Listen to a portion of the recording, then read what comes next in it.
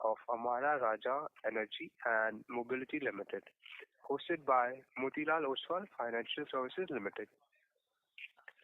As a reminder, all participant lines will be in the listen-only mode, and there will be an opportunity for you to ask questions after the presentation concludes. Should you need assistance during the conference call, please signal an operator by pressing the star, then 0 on your touchtone phone. Please note that this conference is being recorded. I now hand the conference over to Mr. Aniket Matre from Motilal Oswal Financial Services Limited. Thank you, and over to you, sir. Thank you, Steve. Good evening, everyone. Welcome to the post-results conference call of Amara Raja. At the outset, I would like to thank the management team of Amara Raja for giving us an opportunity to host this call. From the management team, we have with us Mr. Y. Delli Babu, Chief Financial Officer of the company. I would now like to hand over the call to Mr. Delli Babu for his opening comments on the company's Q3 performance, post which we'll begin the Q&A session. Over to you, sir. A very good afternoon to everyone who is on the call. Thank you for your interest and time. During the current quarter ending on 31st December 2024, the consolidated revenue for the business is about 3,272 crores with a growth of about 7.5% over the previous year. With the lead-acid battery contributing about 96% of the revenues and the rest coming from the new energy business, both from the battery packs and chargers. The lead-acid battery business has witnessed a revenue growth of about 9% over the previous year on the back of a strong volume growth from both automotive as well as industrial segments, barring the telecom segment where due to change into the lithium chemistry, the lead-acid volumes have come down compared to the previous year. The four-wheeler volume growth for the quarter in the aftermarket side is about 11%, and the OEM growth in the four-wheeler segment was muted during the current quarter compared to the last year numbers. The export volumes registered a growth of about 8 to 9% during the quarter. There are some order changes, which I'm sure by the year end we'll again pick up a double-digit growth in the export volumes. The two-wheelers, both in the aftermarket as well as OEM segments, have grown around 16 to 17% kind of a growth, continuing the aftermarket growth momentum in two-wheeler even in this quarter. In the other applications, both tubular batteries and the home UPS systems have grown by about 15% in volumes compared to the previous year. And the lubes business that we have started in the last financial year has also gained some good traction. In the current quarter, the overall revenue is about 100 crores from the lubes distribution business. On the industrial segment, both the UPS and the exports have grown significantly. But the overall volume growth is muted because of the dip in the telecom segment. In the new energy business, because of some changes in the OEM offtake, there is a reduction in the overall revenue compared to the previous year by about 20%. But I'm sure with the localization plans for the chargers getting completed, we are expecting that we will be able to recover this loss through the financial year. And in terms of the overall trading revenue from the business on a standalone basis, this quarter the trading business accounts for about 10% of the total revenue. And when we look at the gross margins, there is a dilution on account of majorly two factors. One is there is a bit of an increase in some of the alloy metals like tin and antimony. And also there is a power cost that we had to provide for in this quarter because there is a fuel purchase cost adjustment that has been done by the AP government for the financial year 23-24. So that revision of the power cost has to be provided for in the financials in this quarter. So that's kind of impacted the operating margins close to about 1 to 1.2%. And in line with this higher cost that has been levied, we may have to create some more provision for the current financial year in the Q4 of this financial year, which may have impact around 0.4 to 0.5% of operating margin. But going forward, with the increased renewable portion in our overall power procurement, we expect to reduce this impact in the upcoming financial years. And on the other updates, we have received on the tubular plant that we are reinstating after the fire accident. We received a cumulative insurance claim of about 275 crores so far, which is more than the book value what has been recognized towards this plant in the books, which is where you would have seen an exceptional gain of about 111 crores in the financial year. And this plant is expected to commence its operations by beginning of next financial year. Then on the recycling plant in this quarter, we have commenced the first phase of commercial operations of the refining capacity of 50,000 tons. We have started the commercial operations in the current quarter, and it will continue to operate at a full capacity for the next quarter as well. And then we are expecting to start the smelting operations, that is the battery breaking operations, sometime towards the end of Q1 of next financial year. And you would have also noticed another comprehensive income negative, about 132 crores in the financials. That's more because of the fair value reassessment of some of the investments that we made into some startups. We have done the fair value reassessments, which is why that loss is seen over there. We are seeing the volume momentum continuing in the domestic aftermarket, and also our offtakes to some of the export markets continues to be robust. So with lead acid battery business posting reasonable growth over the next quarter as well. And in the new energy business, we have just commenced our first tranche of commercial deliveries of the two-wheeler packs, as well as we have completed the localization of portable chargers for two-wheeler and three-wheeler applications. Then we are moving ahead with our first gigafactory work. We expect that the first gigafactory on the MNC side might commence its operations, as mentioned earlier, either towards the end of next calendar year or beginning of 2027. So with those brief overview, I would now request if you have any specific questions, we can take them up. Thank you very much. We will now begin the question and answer session. Anyone who wishes to ask a question may press star and 1 on their touchtone telephone. If you wish to remove yourself from the question queue, you may press star and 2. Participants are requested to use handset while asking a question. Ladies and gentlemen, we will wait for a moment while the question queue assembles.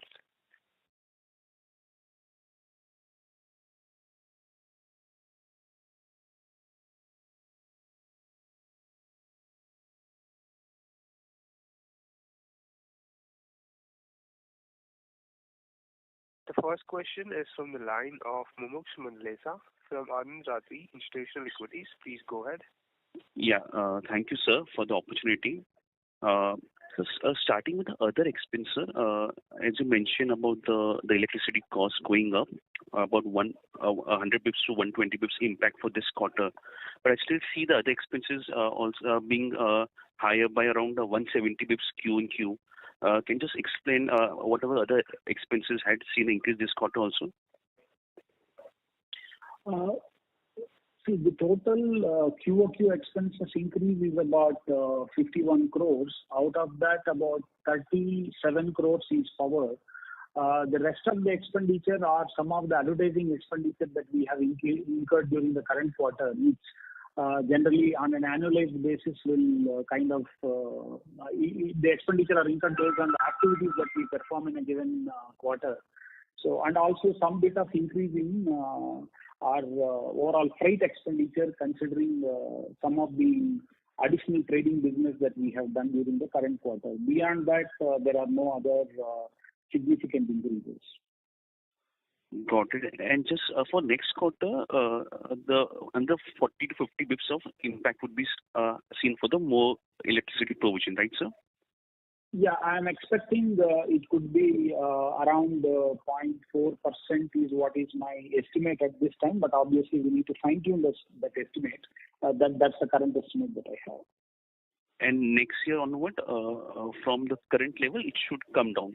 the Yes, quarterly yes. run rate? It should come down because this is more coming on the back of higher procurement costs that the government has taken up. It should come down both on account of grid power coming back to its normalcy, as well as we increasing some more third-party power procurement, both from the renewable side as well as some of the procurement from the power exchange side.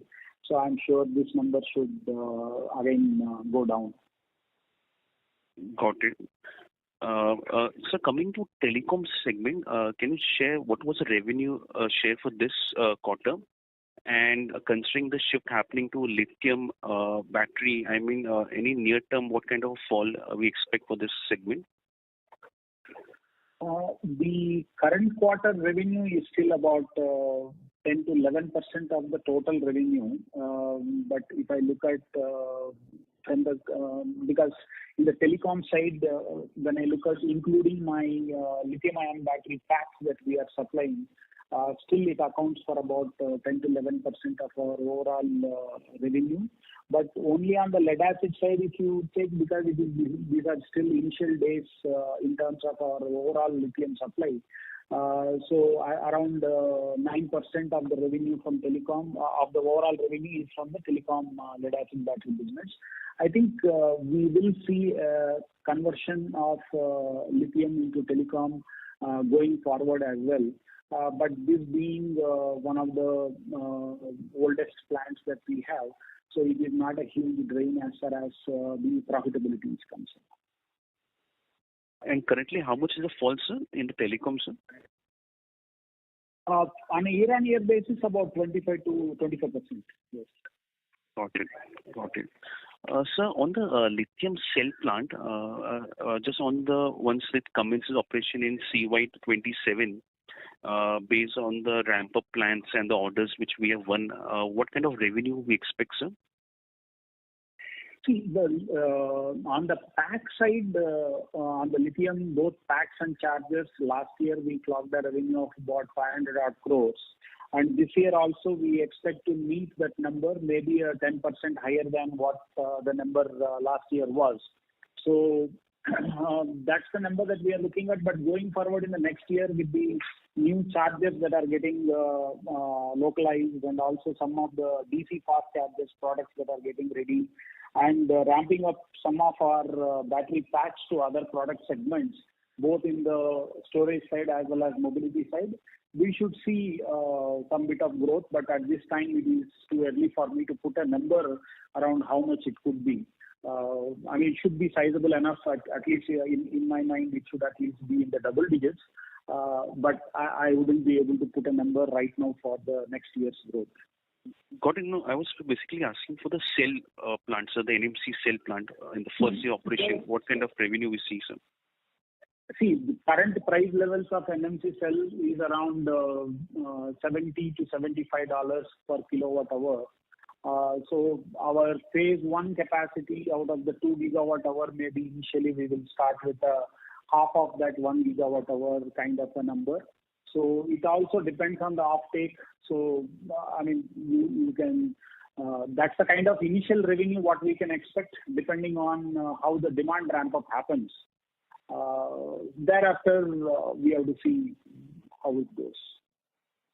Got it. If possible, any kind of order number would you have, or any key customer wins, sir, in recent times, sir, in the cell side? No, apart from the earlier announcements, what we made for 21700 cell with a couple of one of the OEMs that we have entered into an agreement, there are discussions with other OEMs, because these cells predominantly go into two-wheeler and three-wheeler applications. So there we are in touch with a lot of OEMs. There are interests about the uptake, but I don't think I'm in a position to give you specifics around it. Got it, sir. Thank you so much for the opportunity. That's all from my side. Thank you. Before we take the next question, we would like to remind participants that you may press star and 1 to ask a question. The next question is from the line of Vaibhav Jutsi from JP Morgan. Please go ahead. Yes, thanks for the opportunity and congratulations on the strong volume growth. Just, coming back on the lithium ion side, Can you just provide some updated timelines of the next plant that is slated to come with Goshen, where you highlighted that 4 to 6 gigawatt hours could be potentially possible? Because it looks like even the first phase is seeing a bit of a delay, because earlier we were planning to commence commercial supplies in FY27, and now it looks like we'll come up with a 1 gigawatt hour by early CY27. So yeah, just some updated timelines on the NMC as well as the LFP plant with Goshen would be really helpful. Yeah, I think on NMC, first phase also, I think we earlier mentioned towards the end of calendar year 26, which is what is getting, maybe there could be a delay of a quarter here and there.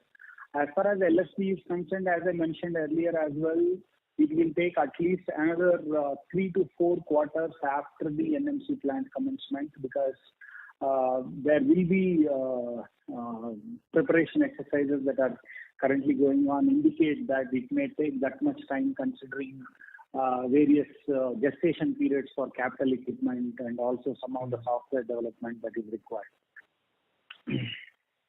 Got it. And just as a follow-up to this, I mean, in the press release, you mentioned that there are some headwinds in the sector. So, I mean, what exactly are these headwinds? Is it like the lower cell pricing or overcapacity from China? So what exactly are these headwinds that we're talking about? See, I think all these conditions around the oversupply and the pricing pressure, volatility in the raw material, these are all points that, I mean, that they are definitely there. And as we mentioned in earlier calls as well, that any investment in this will go in a calibrated manner, because the high capital intensity, we can't be taking that penalty. So in that way, as I mentioned in earlier also, we don't mind delaying a bit, but ensuring that the capital that we put in is getting used as early as possible.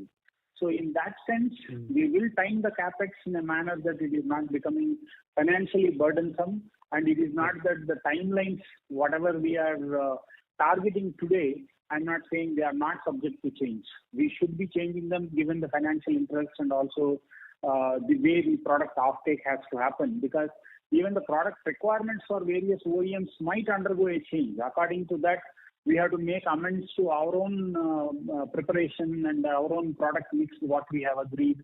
So those things keep undergoing a change. I don't think this is not a business that is everybody has understood every bit of it. This I think we have discussed multiple times in these calls. Yeah, that's fair. My second question is on the lead acid battery business. So just to understand correctly the impact of the higher electricity cost, so if your normal margin level, say, is 14.5%, then there could be an impact of 40 to 50 basis points in the next quarter. Is that understanding correct? Yes. Okay. And next quarter also, mind you, next quarter also has this headwind in terms of the currency depreciation, because this also impacts the overall lead prices. And we have to see how this goes, considering both the metal, the lead staying around the 1900, but the currency depleting to almost 87.5 to 88. What kind of impact it will have towards the end of next quarter is something to be seen. That's definitely another factor that is coming up. But I'm sure we will find ways and means to mitigate it through some actions. Yeah. Got it. Fair. That's very helpful. Thanks. I'll come back with you. Yeah. Participants who wish to ask a question may press star and 1. The next question is from the line of Kapil Singh from Amara. Please go ahead. Good afternoon, sir. Hi, Kapil. Hi, sir. So on the telecom segment, just wanted to understand if one is to take into account the overall revenue opportunity, including lithium-ion as well as lead acid, is the market growing or it's not growing? I mean, any assessment there? You are asking in terms of margins? No. The industry revenue, is it growing if you take both the lead acid and the lithium-ion put together? Is the demand growing in the industry? No, the part size is not, because see, the lithium procurement prices are marginally higher than the lead acid by about close to 10 to 15%. So in that sense, the overall potential of the telecom segment as such is not undergoing any significant change, either upwards or downwards. Okay. Sir, but what I was trying to understand is there demand, what kind of demand growth are you expecting if you put together both lithium ion and lead acid? From overall revenue perspective, it may be completely muted, considering that the new tower expansion as such is not growing in such large numbers. Whatever comes is going to be a replacement demand, and lithium will have a longer replacement cycles as compared to lead acid. So I don't see much of a growth rate coming up in the telecom segment as such in the immediate future. Understood. And sir, is there any plan to sort of repurpose these capacities or to use them in future? Because the way things are moving, it looks like over a longer term, this at least the telecom segment may not need lead acid batteries, right? So how are you thinking about using these capacities? See, this capacity is, as I said, this is the first factory that was put in by Amara about 25 years ago. So, from that point of view, the current capacity utilization around 65 to 70% is actually not taxing on the overall profitability margins as such. But yes, we will see if there are other opportunities where we can use that machinery, but generally being LERLA batteries, beyond telecom, there are very few applications where those batteries are used. We are also looking to see if there are any export opportunities for that particular product. But we will see if there is other product segments that we should think about and then repurpose those machines. But as such, they being very old machines, maybe we are better off going for a newer and advanced machinery than repurposing them, because the overall net block that I am carrying on that factory will not be more than 50 crores. Okay, understood. And on the pricing of the batteries, can you give an update? Because the currency has been depreciating, as you said there. How much cost pressure are you observing at right now? And is there any pricing change we have done in the last few months? No, we have not taken up any price change as of now, but I'm sure we have to see which way the lead moves from here. That's an important aspect for us to consider. And moreover, there is a lag that will be there for about maybe a month and a half before the high cost lead hits us. And also some of the lead that we are procuring through the internal, for the compliance of BWMR rules, what the scrap that we are procuring, the domestic scrap procurement is also steadily increasing. So we have to look at this mix, and then if there is a permanent increase in the raw material cost, then we have to deal with it appropriately. And as you know, anyway, we have these pass-throughs with the B2B business, but aftermarket is something we need to take that decision at an appropriate time. Sure, sir. And just last question, I wanted to check for NMC facility that is coming up for the cells, what is the EBITDA break-even level of production that we that we need to do to sort of break even? See, as I mentioned earlier, NMC plant per se at the 2 gigawatt hour level will not deliver when we said that the entire lithium capacity has to mature to a level of at least 7 to 8 gigawatt hour kind of a number for it to really deliver targeted EBITDA margins in the lower double digits. But at the initial level for this plant, at least for until we stabilize on the throughput and process scrap, etc., it will have some bit of pressure at least for 2 to 3 years. Only then we will see that some positive margins coming up. But this is a long game. I don't think I can give a number around what EBITDA margin that I will immediately hit on the day one of the factory commencing its operation. Yeah, sure. So I was actually not looking for EBITDA margin, but the production capacity utilization at which you achieve EBITDA breakeven. See, utilization levels generally in this segment, they deliver the optimum margins if we are able to achieve around 85% or so.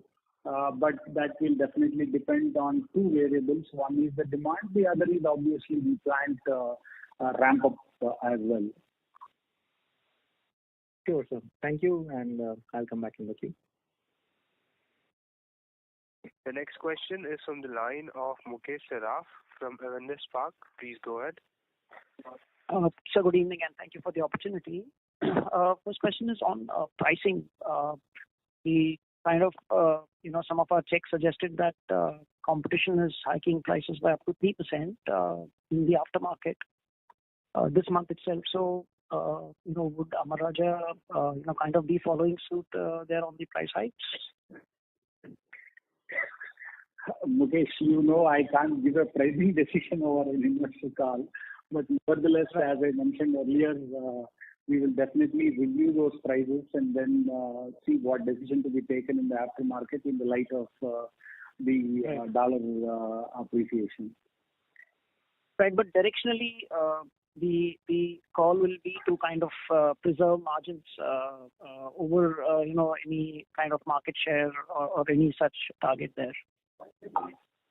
See, I don't think we are going to dilute the margins for any higher market share as such, Mukesh. I think that direction is clear for us. Sure. Got that. And I think most of my other questions are answered, but if you could just give an update on CapEx, how much we have done and what could be the next year's CapEx. See, this year, including the tubular restatement, which is taken close to about 400 crores. In addition to that, as I mentioned earlier, we may have to spend another 300 to 350 odd crores. So the total capex for the current year could be around, if I leave the tubular numbers aside, we may touch about 400 crores in the overall capex outflow, and maybe another 100 odd crores, 100 to 200 crores on the 200 to 300 crores on the new energy business. So that's the capex outflow. Next year we should see at least about on the lead acid side, I need another 300 to 400 crores of capex. And in the new energy side, I may need about another 500 to 600. So next year may see 1,000 crore kind of an outflow. Got that, sir. All right, sir. Thank you. I'll get back in the queue.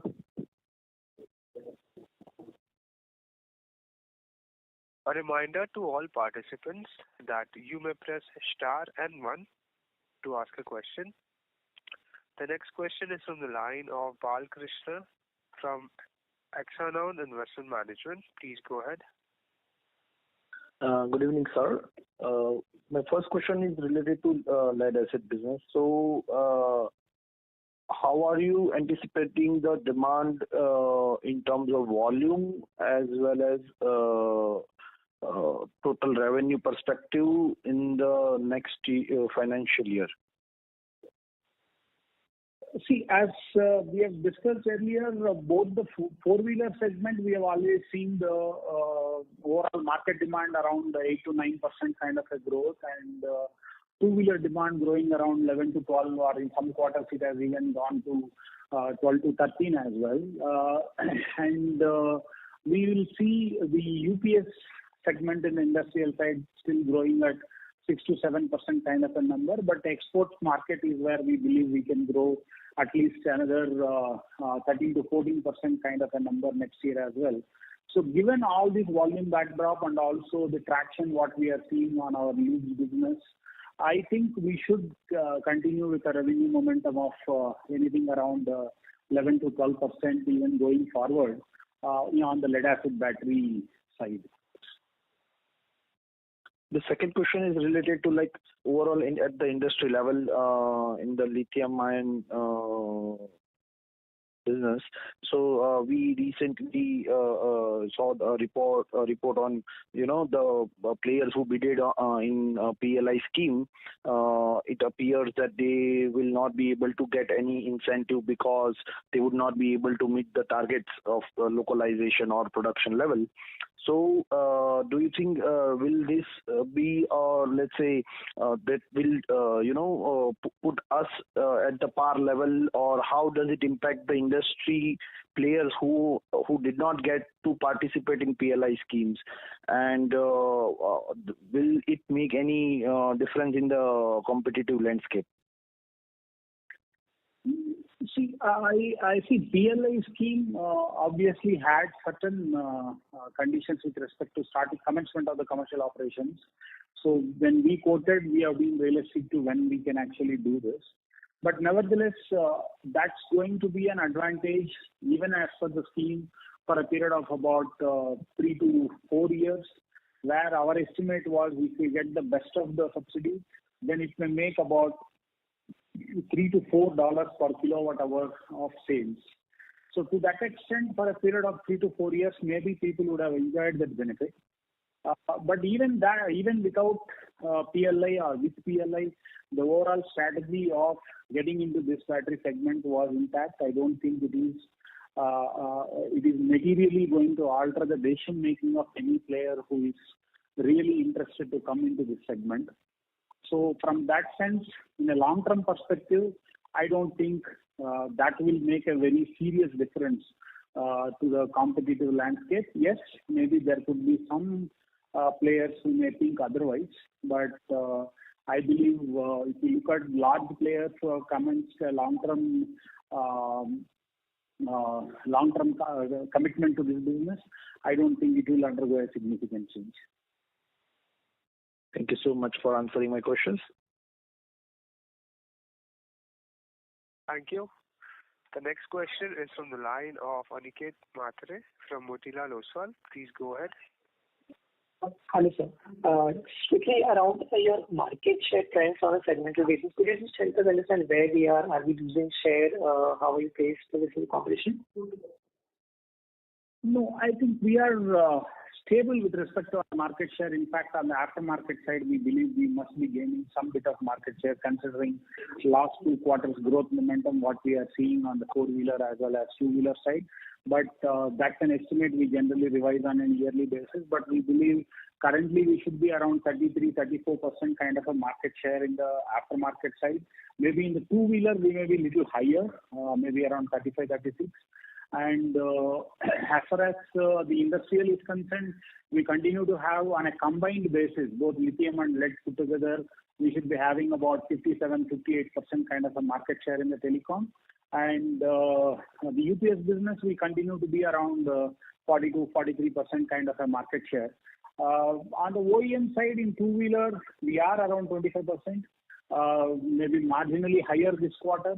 On the other applications, which is the inverter batteries, I think considering the fact that we don't have the manufacturing facility today, we still command about 10-11% of the overall market share in the inverter batteries.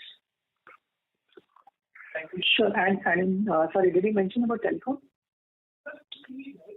Yeah, I did. Both lithium and lead combined, we are at about 57% to 58%. Okay, so that trend, I mean, that trend continues. I mean, we have not shared even in telecom segment basically.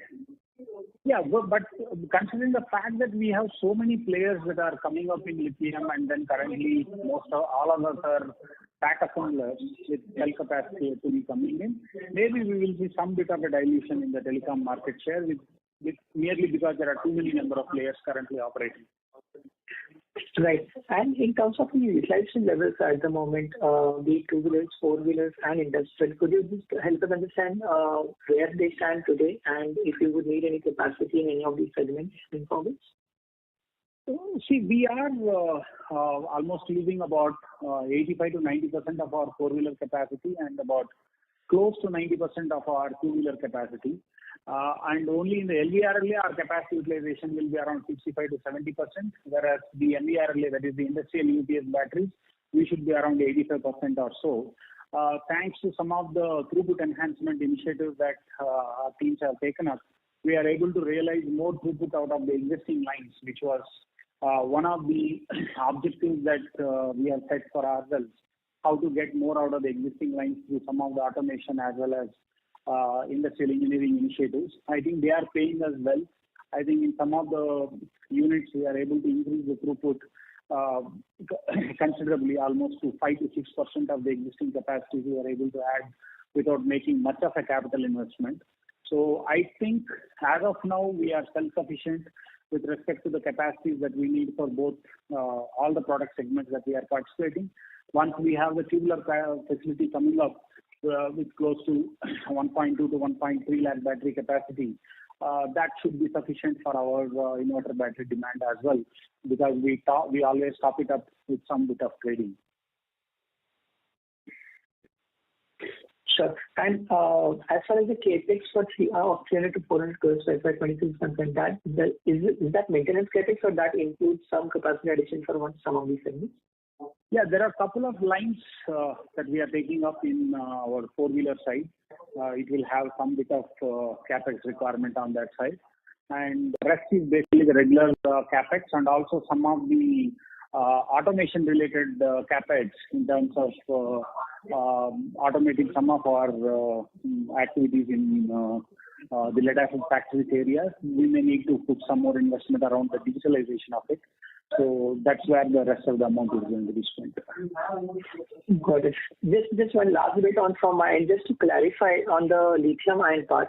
You indicated the NMC line will start closer to CY26 and or early CY27, which would mean, by FY27 we'll start NMC, and it is likely to take, say, at least a year or so to ramp up, and then you would start the LFP, right? So by the time LFP starts, possibly we should look at FY29 or something around that timeline? At this point of time, we believe there could be if commercialization is done on X date of NMC, it may take X plus 9 to 12 months from the date of commercialization. We should have the commercialization of LFP as well, is what is our current workings show. But if there is any change, I will let you know in due course. Okay, so by FY28 we should commercialize LFP in any case. Yeah, you can take 12 months difference between NMC and LFP commercialization. Fair enough. Thank you, sir. Thanks for the clarification and all the best. That's all from my side. The next question is from the line of Joseph George from IIFL. Please go ahead. Thank you, sir. I have two questions. One is in relation to the tubular batteries that you are selling now. Since the plant will come online only in the first quarter of FY26, what is the revenue that you are generating now, which will get converted into own manufacturing once the plant comes online? Once we start converting, it should result in a revenue on an annualized basis about 1100 to 1200 crores. Okay, so right now the run rate that you're hitting is about, say, 1100, 1200, which is low margin because you're not manufacturing it yourself. But next year, hopefully, you'll hit that run rate with a higher margin because you'll be manufacturing it yourself. Is that right? We will see, because of lack of manufacturing capacities, we will not be able to hit the entire revenue, because trading obviously will limit the entire opportunity that we can do. So it will be little lower trading revenue that we will be looking at this year. Okay. But it will increase by at least another 20% once we start our own manufacturing. But because we are starting this production in the Q1 of next year's season, we may not be able to participate fully with our manufacturing volumes. So once we commence the operations, the season thereafter, I think we should be in a position to meet all the required demand. Understood, sir. So the second question that I had was in relation to the lithium-ion business. So, you mentioned that once you start the NMC operations, it will take, 2 or 3 years for operations to completely stabilize and, start thinking about maybe a EBITDA break even, etc.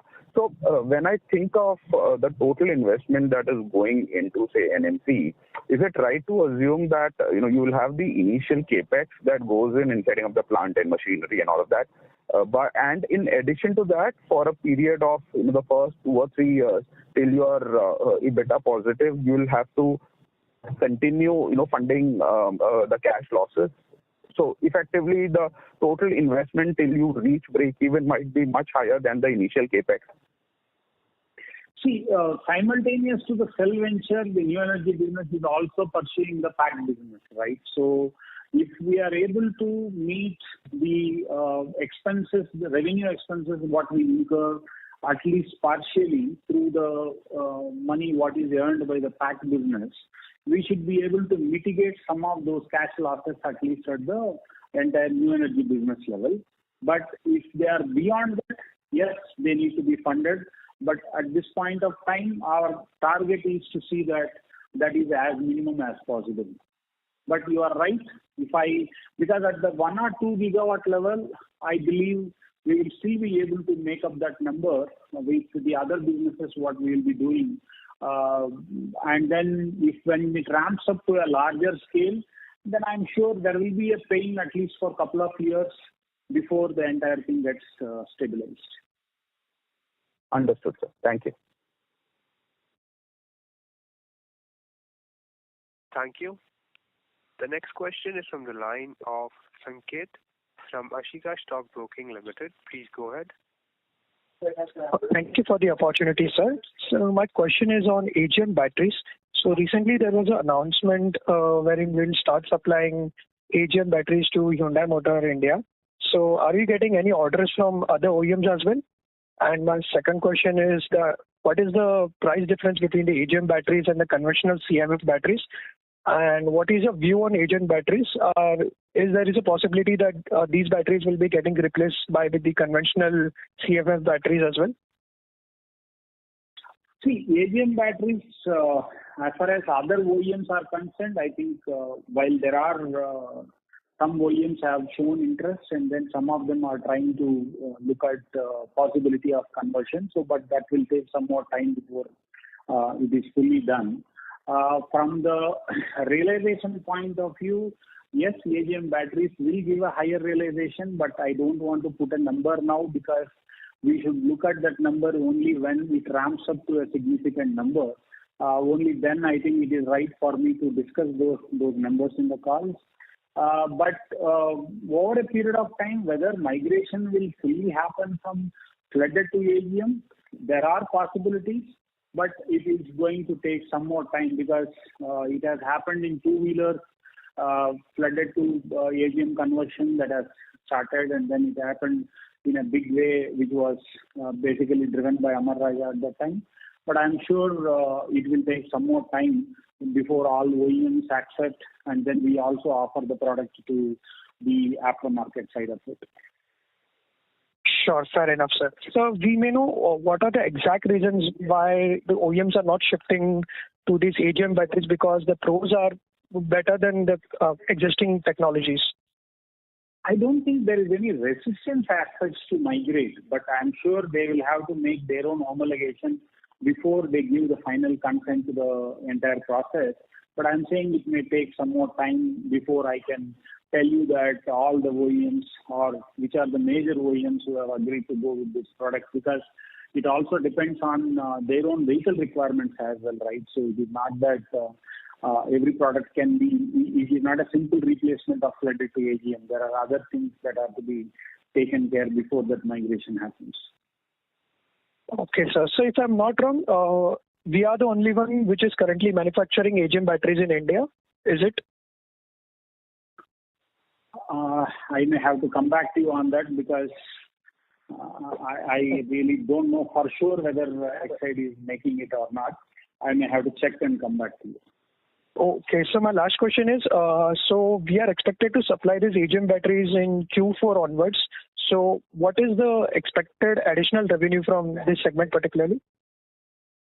No, it's basically in the OEMs, whatever vehicles that were going with the flooded, when they do the conversion, they will get replaced with the AGM. So From an incremental revenue point of view or volume point of view, I don't think there is a significant number that is going to come in. So once the migration happens, then I can tell you how much of flooded is moving to AGM. But I don't think there is going to be a significant incremental volume that I can comment on. Okay, sir. Lastly, what is the capacity of the plant which is manufacturing these batteries? We currently have, because these capacities are fungible with some bit of minor changes, we currently have about 2 million capacity to make these AGM batteries. Okay, thank you, sir. That's all from my side. The next question is from the line of Mumuksh Mandalesa from Anand Rathi Institutional Equities. Please go ahead. Yeah, thank you, sir, for giving the opportunity again. Sir, just coming back to the levy, sir. Just want to understand what was the levy for full this quarter, and last quarter was 15 crore, and there was a 37 crore increase this quarter, right, sir? So 52 crore would be the levy, right, for the Q3 quarter. Yes. Out of which, sir, how much would be for any previous period, sir? Yeah, I said, see, current quarter, about 35 to 37 crores is all belonging to previous year. And additional amount, about another approximately, it should be about 14 odd crores for the next quarter. Okay. So for currently, this quarter, 52 crore was the levy, out of which 35 crore is of the previous periods. So the incremental is that 17-18 crore is for the normal run rate, which is something will continue going on, right, sir? Yeah, that number cannot be set for the future periods because it's a post facto revision that every state government does. In some years it is material, in some years it was not material. So it all depends on the challenges of the power sector of that particular state government. I don't think I can say this is the run rate with which the levy is going to continue. That's not possible. Okay. But by Q4, sir, all the previous year levies would be completed, right, sir? Yeah, yes. Got it, sir. And sir, lastly, you have announced this quarter increased investment in the ARCS and the ARPS. Can you just help us? What is this increase for, sir? Yes, with the ARCSPL is our recycling battery venture, where we have invested about 500 crores so far for the phase 1, which is what has just started the commercial production. And then we have said that we have taken the approval of the board for infusion of additional 200 for the next phase. But the actual infusion will depend on the project progress.